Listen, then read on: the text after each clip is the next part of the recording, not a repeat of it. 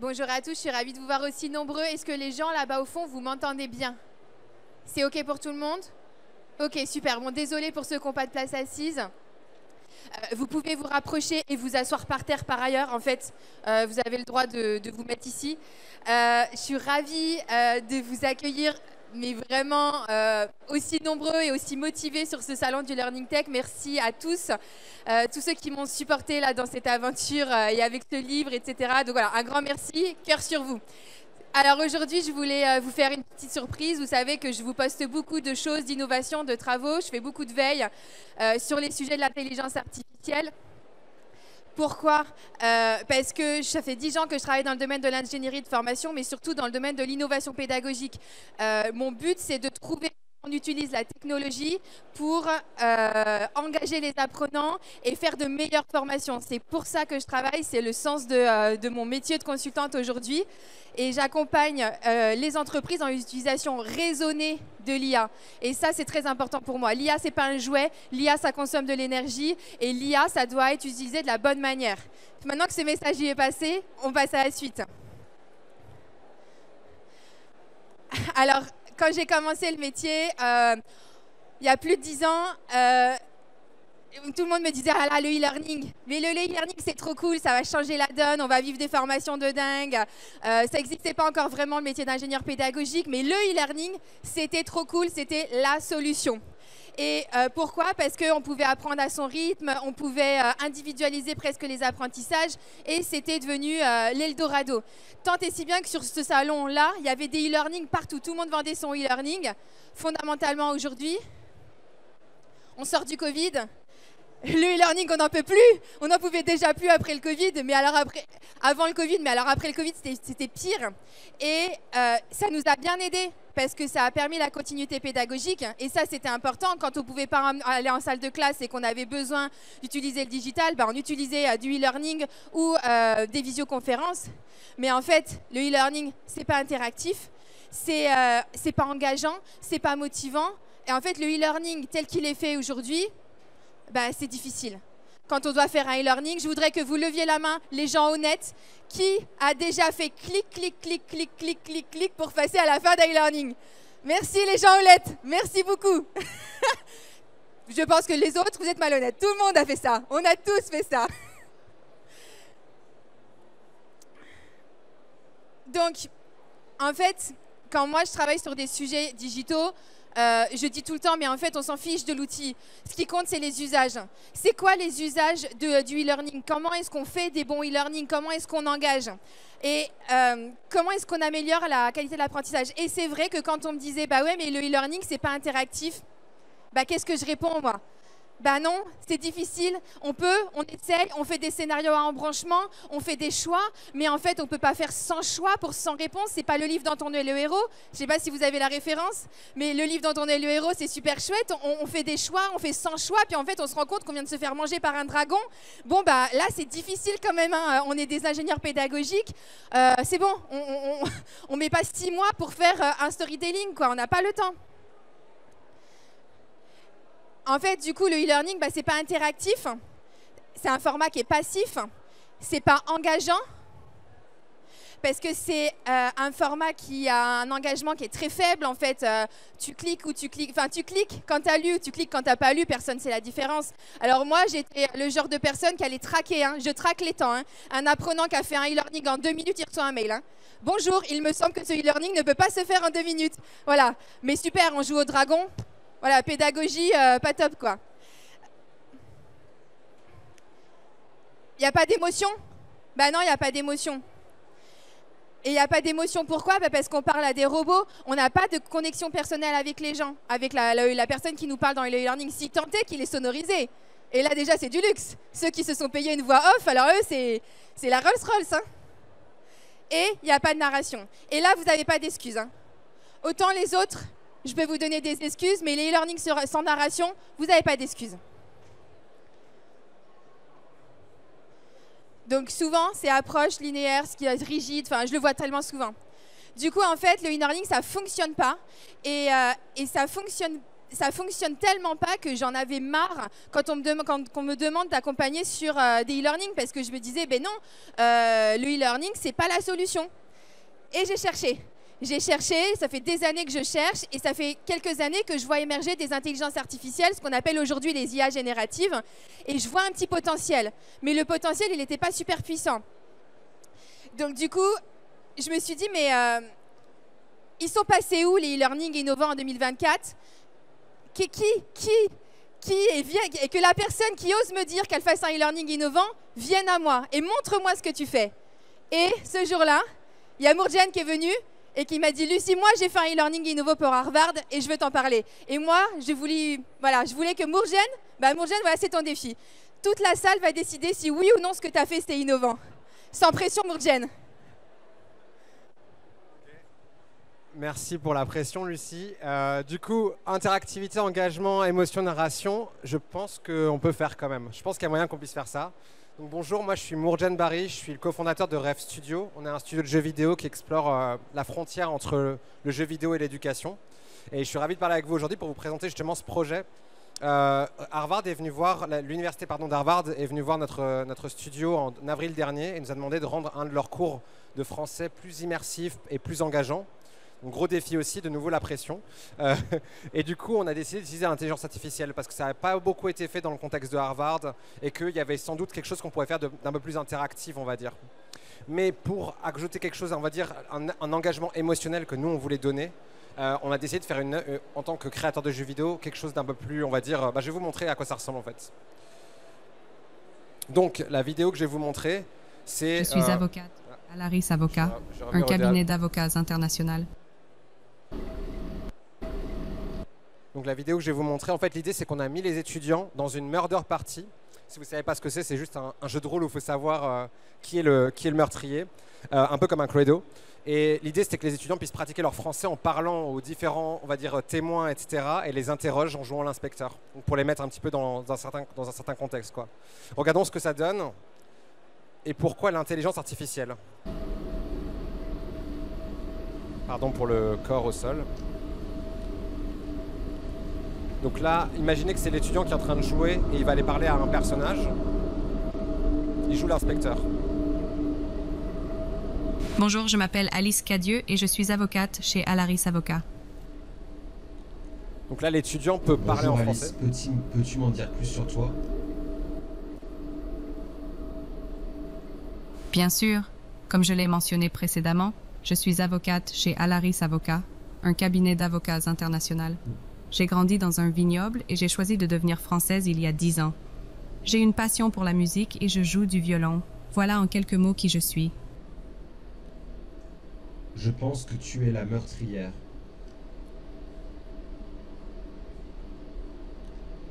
Je suis désolée, mais je pense qu'il y a une confusion. Je ne suis pas la meurtrière. Je comprends que tu puisses avoir des doutes, mais je suis innocente. Y a-t-il quelque chose en particulier qui te fait penser cela? Donc là, qu'est-ce qu'on vient de voir? En fait, on a un personnage qui est animé par l'intelligence artificielle, donc les animations sont contrôlées. Le texte, il est généré par une intelligence artificielle. La voix de l'étudiant, elle est captée et retranscrite par l'intelligence artificielle pour qu'il puisse pratiquer son vocabulaire. Et derrière, évidemment, on a la voix synthétique avec l'intelligence artificielle derrière. Donc on a plusieurs intelligences artificielles qui communiquent ensemble, comme vous avez pu voir dans des expériences. Mais l'idée, c'est derrière que chaque personnage qui est dans la pièce, il a une saveur émotionnelle un petit peu différente. Ça permet de mettre l'étudiant en contexte et en situation pour qu'il pratique son français un petit peu de manière différente. La réaction des étudiants, en fait, on a eu donc l'université d'Harvard, pardon.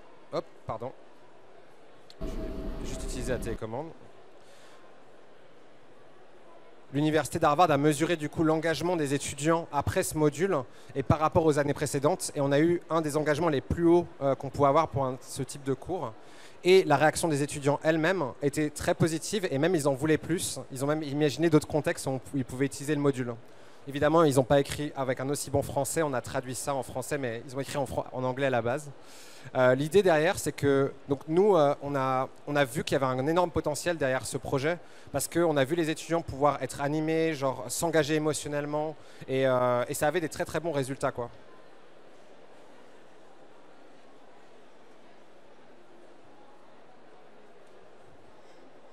C'est bon? C'est bon? Ok, donc oui, je peux parler un peu plus du contexte de comment on l'a fait. Donc ce module, en fait, on l'a créé en 6 heures. Et c'est ça qui est intéressant parce que avant, c'était pas possible, avant l'avènement de l'intelligence artificielle, on va dire moderne, de 2022. Ça, ce genre de choses-là n'était pas possible. Et en fait, je peux même vous montrer comment on crée ça. Donc en fait, la création de personnages, on l'a fait avec Ready Player Me très rapidement. On peut aussi ensuite générer l'environnement dans lequel l'avatar va être. Donc même vous pouvez le faire hein, théoriquement. Ensuite, il y a le prompting et la création d'expérience dans la plateforme Wanda, qui est la plateforme qui permet notamment tout ça. Nous, ce qui est important derrière, c'est que, évidemment, le plus gros du travail, il n'est pas là, c'est l'ingénierie pédagogique qui est derrière. Parce que, comme d'habitude, qu'on utilise l'intelligence artificielle ou pas, il faut se poser la question dans quel cours ça s'intègre, quels sont le vocabulaire qu'on veut que l'étudiant il utilise. Et dans le prompting, on essaye aussi de faire attention à ce que l'intelligence artificielle ne donne pas les réponses, quoi, qu'elle soit juste en train de pointer peut-être les erreurs, d'accompagner l'étudiant, mais pas forcément de donner les réponses directement. Et ensuite, nous, on est allé voir d'autres universités. On a fait ça avec 10 autres universités depuis. Donc la New York University, NCSU, Sheffield et d'autres universités. On a fait le même module dans d'autres types de cours et ça a fonctionné aussi bien à chaque fois. Et donc maintenant, on est en train de l'étendre à la formation professionnelle et pour travailler sur la relation client, sur les ressources humaines et d'autres types de contextes comme celui-là. Je vous laisse imaginer d'autres choses si vous avez d'autres contextes en tête pour lesquels vous voudriez l'utiliser. Mais voilà, et je pense qu'on est assez content de vous présenter ça aujourd'hui avec l'engagement et l'engagement qu'on a reçu et les réponses positives et aussi la réaction positive des étudiants, quoi. Qu'est-ce que tu en penses du coup interactivité, narration, immersion, engagement, on est bon? C'est pas à moi qu'il faut le demander. Est-ce que vous, par rapport à ce que vous avez vu, on va évaluer la prestation de Mourjane. Interactivité. Le fait que je puisse me balader dans une salle, rencontrer des personnages, l'environnement qu'on vous a montré, qu'est-ce que vous en pensez? Ça vous plaît? Bien. Émotion. Ça, c'est un vrai sujet. Il y a la notion un peu de la personne qui dit « Quoi? Non, c'est pas moi !» Enfin, de ce côté un peu « Ok, c'est caricatural, ok, on va évoluer, les voix off vont être meilleures. Plus on avance dans l'IA, plus c'est meilleur. » On pense pas outils, on pense use case. Émotion. Oui. Moyen. On peut mieux faire sur l'émotion, ok. Engagement. On est sur une murder party, il y a de la narration, il faut aller trouver un criminel et on va faire une enquête en français. Il faut apprendre le français. Hein. Engagement. Oui, bien. Ah, t'as pas gagné ton pari, mon Jen, hein? Tu vas me devoir un resto, hein? Donc j'ai dit émotion, engagement, interactivité, narration. Narration, oui. Moi, quand Mourjane il m'a présenté son projet, je lui ai dit franchement, je vois le potentiel. Alors, on a déjà vu, hein, et en plus, moi, j'aime pas, vous savez, enfin, pour ceux qui me connaissent, vous savez que j'aime les trucs très concrets, pragmatiques. On a déjà vu des choses comme ça, avec des avatars, ça nous fait un peu penser au métaverse, mais on est au milieu de tout ça. Hein. L'IA, ça sort pas du néant. Hein. L'IA, ça va être demain, l'IA de demain, c'est l'IA de la VR, c'est l'IA de la RA, c'est l'IA du métaverse. Hein. Clairement, c'est là où on va. Ce que je trouve intéressant, c'est qu'on n'a pas besoin de paramétrer en fait toutes les réponses de la discussion qu'on va mener avec les personnes. Chaque personne a sa personnalité, on n'a jamais les mêmes réponses et on n'a pas besoin de tout paramétrer, on a juste besoin de faire une très bonne ingénierie pour très bien prompter au début et après c'est bon. Et c'est pour ça qu'il y a des gens comme Mourjane avec son studio de création qui est là pour assister, puis des gens comme moi, consultantes et qui conseillent et qui accompagnent les gens dans l'IA pour vous dire sur quelle techno on peut aller. Moi, ça m'a marqué, ça m'a plu, j'ai vraiment voulu vous partager ça parce que pour moi, c'est là où on doit aller dans le e-learning. Et ce qui était important pour moi, c'est la slide juste avant que j'ai demandé à Mourjane. On regarde ça. Je lui dis, Mourjane, c'est combien de temps pour créer ton environnement? Il me dit, l'avatar, 5 minutes. J'ai un outil d'IA pour ça. L'environnement, 5 minutes. J'ai un outil d'IA pour ça. L'expérience, 5 minutes. J'ai un outil d'IA pour ça. Donc, et c'est vrai, parce qu'on l'a fait ensemble, moi j'ai testé, etc. Alors Mourjane, il met 5 minutes, vous mettrez 5 heures, mais ça c'est un autre sujet. Non, c'est vraiment 5 minutes, Benjamin. Mais par contre, derrière, vous faites une mauvaise ingénierie pédagogique. Vous êtes persuadé qu'il faut faire clic, clic, clic, et puis que c'est bon, l'IA va tout faire. Mais en fait, l'expérience, ça va être un flop. Donc le message qu'on voulait vous faire passer, l'avenir du e-learning, c'est on arrête de passer des heures à créer des personnages, à créer des graphismes parce qu'on n'a pas de budget graphisme et donc du coup on va bidouiller nous-mêmes sur FreePic. Qui bidouille sur FreePic ici? Voilà. Et on était plein, hein. On est plein. Hein. Et on arrête de passer du temps sur des choses à faible valeur ajoutée et on fait notre métier. Et notre métier, c'est quoi? C'est l'ingénierie pédagogique. Donner du sens à nos apprenants. On arrête de faire des e-learning à faible valeur ajoutée et on fait des e-learning qui engagent, qui donnent envie. Je regarde le chef du son et du temps. C'est bon, j'ai du temps encore.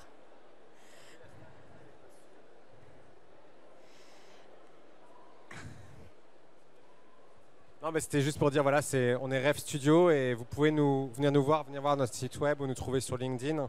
Et on fait d'autres expériences, on travaille avec des universités comme Grenoble École de Management aussi. J'ai dit des universités américaines, mais on travaille principalement quand même en France avec des universités françaises ou des entreprises françaises pour la formation professionnelle et l'apprentissage à travers le jeu vidéo, quoi. C'est ce qui nous intéresse. Voilà. Bon, on va laisser quelques minutes pour les questions. En tout cas, voilà la secret de sauce, c'est quoi?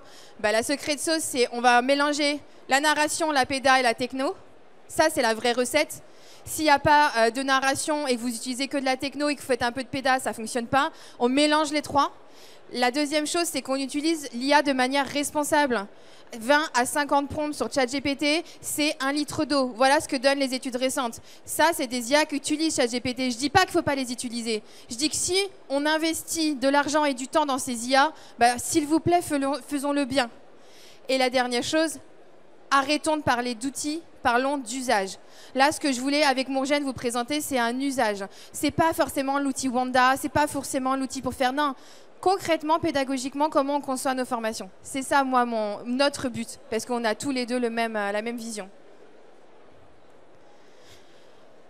Du coup, j'en profite pour vous dire un peu comment vous pouvez suivre toutes ces informations.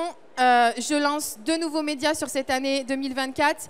Un qui s'appellera Pensée Critique. Alors, les 2 médias sont gratuits.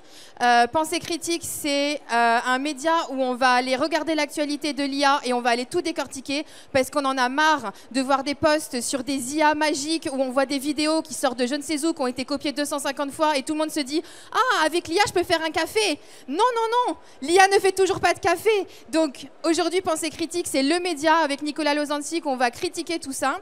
Je sors un autre média booster pour les gens qui débutent en IA générative où on reprend un peu les bases. Alors, il y a rupture de stock au stand L90 de mon livre. Donc, si vous voulez le livre, c'est au stand V40. Et je fais une offre de podcast à destination des RH et des ingénieurs pédagogiques sur les IA génératives. Et il faut aller voir Visuda qui est juste ici si ce sujet vous intéresse. Voilà. Pourquoi je vous montre tout ça? C'est pour vous dire qu'en fait, on fait plein de choses sur l'IA. On fait de l'IA qui a du sens. Et on espère que l'IA allumera l'étincelle de votre créativité pédagogique. Merci pour votre attention. 5 minutes de questions. Si vous avez des questions. Et ah oui, on fait une. Oui, j'avais totalement oublié. On fait une réduction. On a une petite offre promotionnelle. Élise, où es-tu? Où est Élise? Là. Voilà. Élise a des flyers. Si ça vous intéresse, demandez-lui. On a une offre promotionnelle. Vous avez une réduction puisque vous avez assisté à notre présentation. Oui, merci beaucoup pour cette présentation. En fait, ma question était par rapport à l'exemple que vous avez donné, par rapport à l'université d'Harvard. En fait, vous avez dit que vous étiez un studio de jeux vidéo, donc vous avez fait en fait un jeu vidéo. Et moi, ce que je comprends, c'est que l'IA vous a permis d'aller plus vite dans la réalisation de ce contenu. Est-ce que c'est le seul créneau dans lequel, pour vous, l'IA se positionne? Je peux répondre rapidement à ça. Ce qui est important, juste, je pense, se dire, c'est pas que ça nous a permis d'aller plus vite par rapport à un jeu vidéo traditionnel. C'est juste que pour le même temps, on a un contenu infini quelque part. C'est plutôt ça qu'il faut penser. On n'a pas besoin de créer tous les dialogues, etc. Donc ça va aller plus vite. Et dans d'autres contextes, vous pensez à l'éducation, le jeu vidéo? En fait, toutes les notions que vous avez évoquées, émotion, engagement, on retrouve complètement ces critères dans le cadre d'un jeu vidéo. Donc, c'est ce que vous avez fait. Et l'IA, là-dedans, et je recoupe avec ce que vous disiez, madame, concernant le fait que les usages doivent être responsabilisés dans la mesure où il y a une vraie consommation énergétique derrière. Que si aujourd'hui, on dit à tout le monde, en fait, c'est facile avec l'IA de faire ce type de contenu et que tout le monde devrait le faire dans tous les secteurs, paradoxalement, on va justement avoir l'effet contraire de ce que vous demandez de faire. Et c'est pour ça que peut-être de réfléchir un peu plus sur ce que vraiment l'IA peut apporter. En gros, quelle est la valeur ajoutée de l'IA dans ce type de contenu par rapport au fait que ce type de contenu pourrait être complètement réalisé sans IA, mais ça prendra évidemment beaucoup plus de temps. Voilà. Ok, c'est une très bonne question. Je tiens à dire que là, pour nous, ce qui est différenciateur, c'est évidemment l'IA va être beaucoup plus personnalisée dans la question qu'on peut demander à l'étudiant. Typiquement, on va voir que les étudiants ils vont poser des questions sur le français dans des contextes que eux ils connaissent. Ils ont lu un livre qu'ils viennent de lire, c'est là-dessus qu'ils vont leur poser des questions. Un jeu vidéo traditionnel, on ne peut pas prévoir tous les cas, mais aussi c'est disponible à n'importe quelle heure. Ce qu'un jeu vidéo peut aussi être, mais un coach disponible à n'importe quelle heure pour les étudiants, pour qu'ils puissent poser leurs questions, ou ils viennent de voir un cours, remettre ce cours-là dans le contexte de la langue française qu'ils essaient d'apprendre et tout. C'est pas un truc qu'on pouvait faire avant. Et donc ça, c'est un cas, je pense, qui est vraiment unique, que c'est difficile à remplacer, mais on va quand même essayer de l'utiliser, genre, on va dire, de manière, comme vous dites, au bon moment, au bon endroit, pour les bons cours, et pas juste avoir une lecture descendante par une IA qui la lit et qui improvise dessus, quoi, ou quelque chose comme ça. D'autres questions? Et juste pour préciser, c'est aussi notre métier d'accompagner les gens là-dessus, mais le côté, enfin moi, ce que je dis à mes clients, le but, c'est pas qu'on se marie, hein. C'est pas que je vous vende un mois d'accompagnement, c'est qu'en 2 heures, une demi-journée, une journée, j'arrive à vous rendre autonome et responsable avec l'IA. Merci pour cette présentation. Je me demandais, sur l'ingénierie pédagogique, est-ce que vous avez utilisé l'IA? Et en termes de budget, sur l'ingénierie pédagogique, est-ce que vous avez utilisé l'IA? Et au niveau budget, quel est le budget d'un projet comme le vôtre avec l'IA et sans l'IA?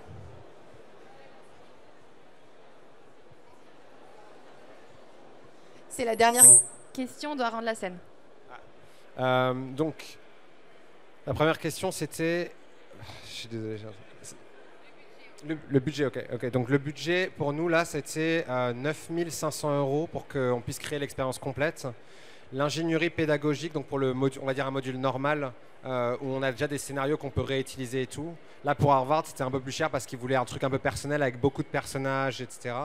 Pour l'ingénierie pédagogique, on n'a pas utilisé l'IA pour faire l'ingénierie pédagogique. En fait, on s'inscrit dans un programme à Harvard pour les étudiants en diplomatie où il y a déjà, on s'inscrit dans le semestre où il y a déjà en fait une liste de choses à faire, etc. On arrive vers la fin du semestre et donc il y a des chapitres de vocabulaire déjà qui sont écrits, etc.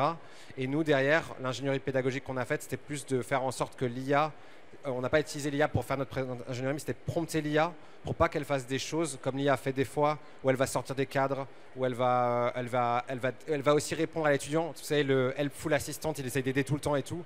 On n'a pas besoin qu'il réponde ou qu'il écrive la composition de l'étudiant pour lui.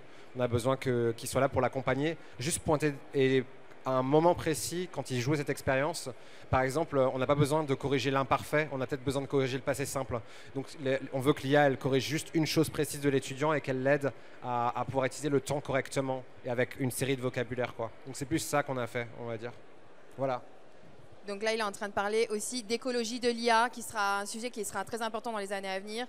C'est comment est-ce qu'on fait des IA qui ne soient pas aussi consommatrices que GPT-4. Et j'arrête là le chapitre. Je vous remercie à tous. On se met de côté si vous avez d'autres questions. Merci beaucoup.